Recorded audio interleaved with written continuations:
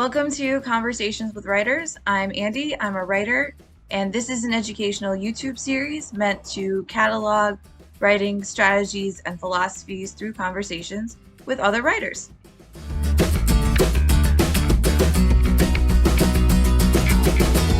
Joshua Cross is the author of Black Bear Creek Stories, published by Southeast Missouri State University Press in 2021, which won a 2022 Independent Press Award and has been nominated for a Pushcart Prize. His short fiction has appeared in Beloit Fiction Journal, Big Muddy, Fail Better, and elsewhere. He lives with his wife and son in Conway, South Carolina, where he teaches at Coastal Carolina University. And this is my conversation with Josh.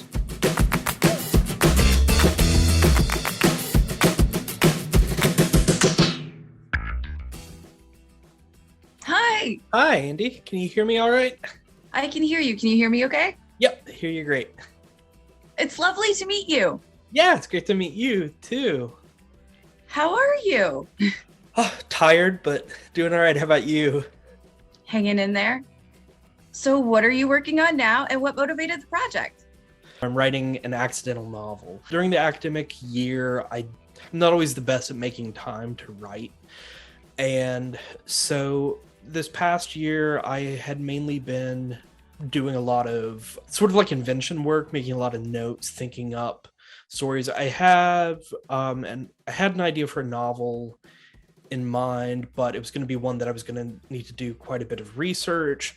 And then I also had a list of short story ideas. And so I was starting to write, what I thought were going to be, what was going to be another collection of short stories. But the first story that I started on, the one that was sort of most realized in my brain, I started out with it thinking of it as a short story, and I could kind of picture it in my head from start to finish. I sort of knew where the story was going to go, and I started writing a really early draft of it over spring break. And just in the time since then, as I had to sort of put it on the back burner while I finished up the semester as a teacher, and while it's just sort of sat there, it kind of grew bigger, and I started to know the characters more. And as I started writing more of it, I just realized that it was too big to be just a short story. There was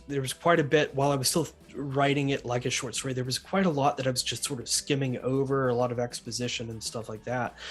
But I started getting toward the 5,000 word mark, which is kind of typical for a short story, and I realized that I was less than halfway through the story that I wanted to tell, and so much of it I was just kind of summarizing. So yeah, I sort of accidentally stumbled into writing a novel by starting a short story that kind of got out of control. So yeah, that's what I'm working on now. I'm taking part in the writer Jamie Attenberg does a challenge every summer called 1,000 Words of Summer. It's sort of like a mini NaNoWriMo sort of thing. And so I'm in the process of that right now. And the idea is basically just that every day for 2 weeks, you commit to writing 1,000 words a day. And so I've been doing that. Today, I think, was day 7, I'm pretty sure. So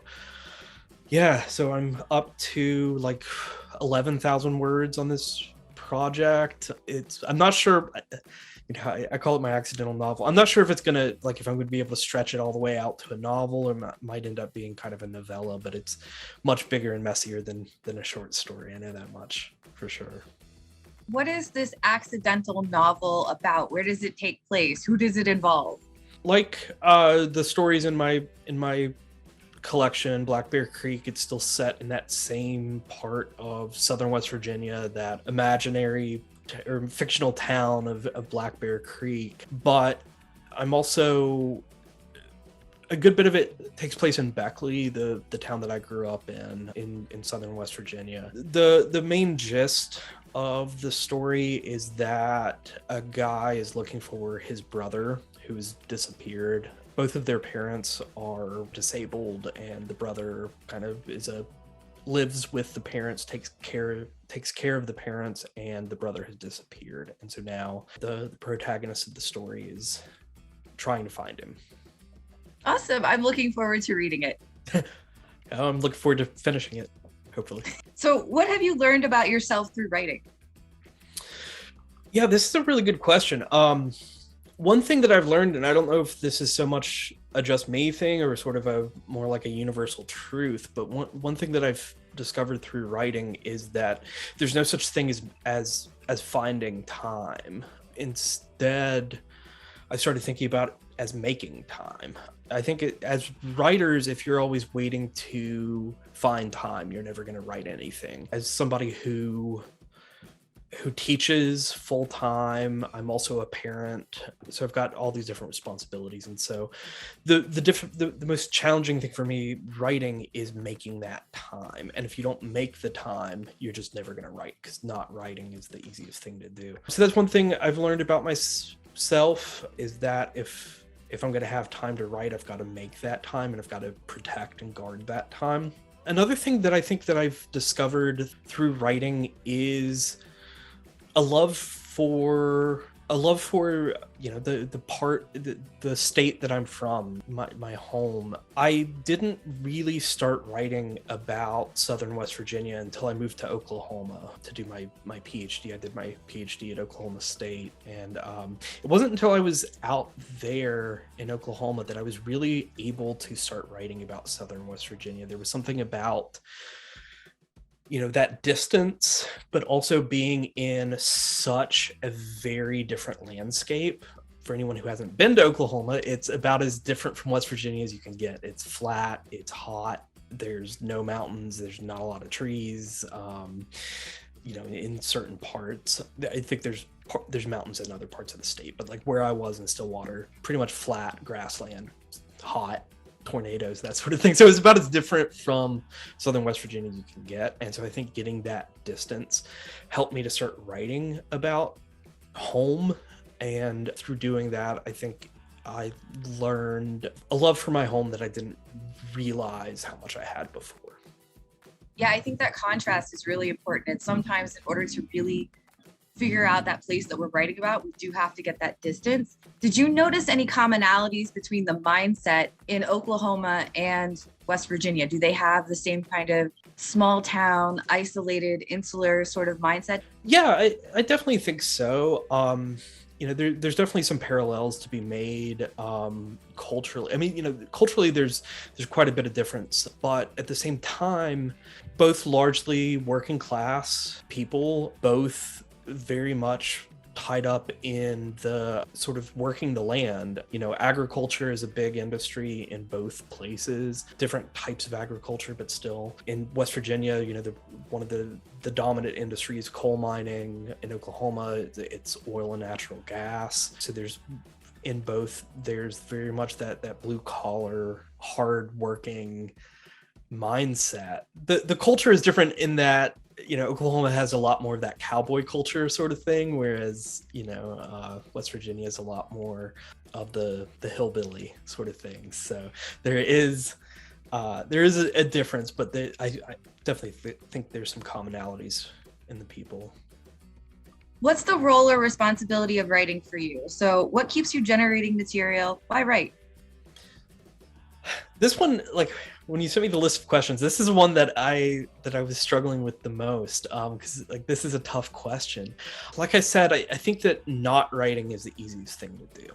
And for me, what keeps me writing, even though there are long spells where I don't write, there's still like I have so many ideas for stories in my head. And so a lot of times, even when I'm not actively writing something, I'm turning over a story in my head. I'm thinking about situations, characters, places, things like that. So sort of things are percolating as I'm not actually putting words down. What really brings me to the page to start writing is once I have the words, once I stop thinking, once I stop just thinking about a story or picturing a story at almost like I'm seeing it happening in my head, when it starts transitioning from that more visual idea to one where I'm actually thinking about it in terms of words. That's what really motivates me to, okay, it's time to start putting this down on the page. When I first started writing, I really liked to plan stories out and sort of have stories worked out from start to finish. As I've written more, though, a lot of times it's the not knowing exactly what's going to happen that keeps me going, that keeps me writing one scene to the next. So this accidental novel that I'm writing now, actually, the sort of instigating image for me was the what's going to be the ending, and actually started with that ending. So it's a story that's going to have that sort of, you know, come full circle. It starts at the end and then it ends at the end. And so that was the first image that I had. And so I knew where the story started and I knew where the story ended. And I knew some of the things that were going to happen along the way. But what has made it kind of spill over that container of the short story is that there was so much that I didn't know that I'm figuring out as I go, that I'm learning about the character, I'm learning about the story as I write. And for me, that is one of the best things about writing now is letting myself go and letting the character lead me, and just kind of following things and not knowing. Keeps me excited, keeps me writing. When you're struggling to write for whatever reason, what strategies do you use to get yourself back to the page? Yeah, so that not knowing, needing to answer questions is a good one, especially with like working with something longer, like a novel or a book length project. Kind of having unanswered questions for me, and the problem with a lot of writing advice is that what works for me isn't going to work for other writers, and so much of the advice I hear doesn't work for me. I was somebody who always thought I was a night person. I used to always write at night. When my son was first born, I was sort of forced into becoming a morning person because he doesn't sleep past 6, and he never has. And I discovered through that I'm so much more productive in the morning if I make myself do it. And I bribe myself with coffee. It's one way that I make myself write. So like this morning, I got up about 5:30 in the morning, started a pot of coffee, poured my first cup, came in the room that I'm in now, which is sort of my makeshift office, and sat down and started writing and trying to do at least 1,000 words, drinking that first cup of coffee. And I told myself that I wasn't allowed to get a second cup of coffee until I hit my 1,000 words. And so that kept me going. For me, a big part of going, the hardest part is getting started, is approaching that blank page. And I find that if I can make myself sit down, if I can make myself read over what I did in the last session, without editing, tinkering too much, but sort of getting myself back in the mindset of the character, of the story. If I can bring myself to the computer screen, then after that, it's just a matter of making myself keep going, not letting myself say, okay, that's enough for today, until, I've reached a point where it does feel like a good place to stop. But I also like to stop somewhere where I know I'm going to have to pick back up. Like this scene isn't quite done yet. I need to, go a little bit further. If I stopped like at the end of a chapter or something, then it's going to be, how do I start that next chapter or something? Little psychological tricks like that, mainly coffee. I think that's a very honest answer. Bribery. Yeah.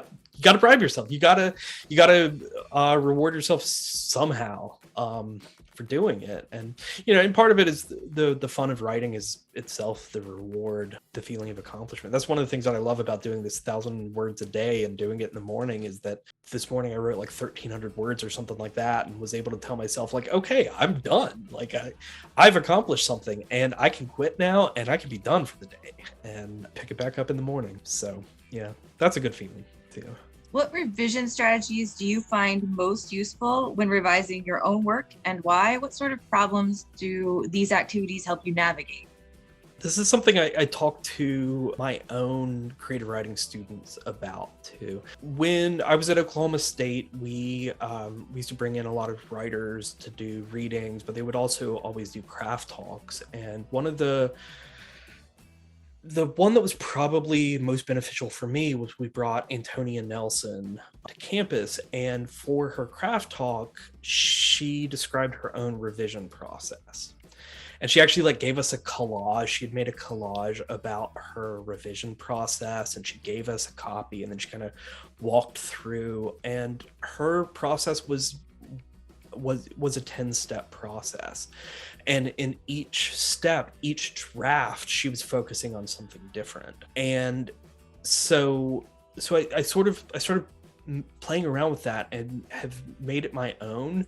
But the idea is that rather than trying to look at everything in each draft, you sort of just focus on one aspect, and you just focus on that in one rewriting. And when you get done, then you can move on to the next one. And so, I think it's something that would be different for every writer. The 10 drafts that I go through are different than the 10 that Antonia Nelson does. But, just for instance, one of the struggles I have as a writer, one of the deficiencies I had that when I started my graduate program, my advisor pointed out, was that I struggled with interiority. I struggled to always, get inside the character's head and express their thoughts and things like that. So one of the drafts that I go through is just an interiority draft. I'm just looking at places where I can deepen the character's thought, sort of get more into the psychology, the motivation of the character, things like that. So I do a draft that I'm just focused on that. I do a draft where I'm focused on the physical world. So the world around the speaker, you're writing something like, especially with dialogue, it's so easy once you're writing dialogue to just it's almost like a screenplay or something where it's just characters speaking to one another, and you lose sight of the world around them. So I spend a draft looking at that, what's going on in the world around the characters, but also the physical place that they are. Setting is something that's very important for me as a writer and a reader. So I look at the physical setting, and then also time. One of my drafts is looking at the time of the story and trying to make the passage of time clear, meaningful for the reader, so they can, so it's easy to tell where things are happening in time as well, but then also what's going on in the world around them. What decade are we in? What year are we in? Are there any bigger things from history that you can kind of bring in to give the story more texture? So I go through a lot of drafts like that where I'm looking at one aspect and I'm adding into the story a lot. So, I do my initial drafts are usually pretty quick. I draft kind of quickly, and then I spend several drafts of revision just building it up, focusing on different aspects in each draft. And only then, like once I've built it up, then I start cutting stuff out, cutting out the fat, looking at the language and editing, stuff like that. So my revision process is really meticulous. I know other writers whose drafting process is very meticulous, that they don't feel like they can write the next sentence until they've gotten the first sentence correct. I can't personally write like that. I've got to just get words on the page, and then so I spend a lot more time in revising than I do in drafting. Same, totally same. Yeah. Revision is where the magic happens, always. It is, and it's also the real work. I tell my students that I think revision is the real work of being a writer, because it's not always fun, but it can be if you let it be. But it's also, it's where you get your hands dirty. It's where you do the tough work of writing. What is your favorite part of the writing process, and why? When I was mainly focusing on short stories, I would probably say revision, because it was taking, a story that I'd written and trying to make it right, trying to perfect it as much as it can be. But now that I'm working on something a little bit longer, I'm really finding that I'm really enjoying the drafting process right now because of that mystery, because of the not having all of the answers and trying to write myself into those answers, still having questions and trying to figure them out as I go. That's kind of fun for me. Years ago, I went to an AWP panel that was called something like the Plotters versus Pantsers or something like that. It was trying to like divide writers into two types: those people who like plot things out and plan, and then the people who just fly by the seat of their pants. And I'm somewhere in between. I don't really like binaries like that, and I'm somewhere in between. I do have an idea of how the story is going to go, but I like those questions. I like the gaps that I haven't answered before I start writing. So to me, that's the most fun part, is figuring things out, relinquish control, and just see what happens. What reading suggestions do you have? What writers do you keep in your back pocket? So I would probably be remiss if I didn't talk about some West Virginia writers, some who influenced me as a writer from West Virginia. I mean, Brees DJ Pancake is sort of the big one, but more contemporary writers: Anne Pancake, her short stories and novels, Pinckney Benedict, his short stories and novels, Jane Ann Phillips, writers like that. There's a contemporary nonfiction writer named James Tate Hill, who's also from West Virginia, who writes a lot about, it's mainly memoir, but he writes a lot about disability and growing up in West Virginia, and it's fantastic. Probably the best, or I think the best contemporary writer right now is a guy named Brandon Hobson, who I'm friends with, but also is just a phenomenal writer. His novel Where the Dead Sit Talking was a finalist for the National Book Award. His even more recent novel, The Removed, I personally think was even better than the National Book Award finalist. But he's a fantastic writer. He's somebody who I got to know when I was in Oklahoma. He's a Cherokee writer from Oklahoma. His stuff is just phenomenal. He's one of those writers that I pre-order every one of his books before it comes out. He's got a young adult or a middle grade novel coming out soon that I'm excited about. For me, one of the things that I've always loved about reading is going to different places. I love books that have a really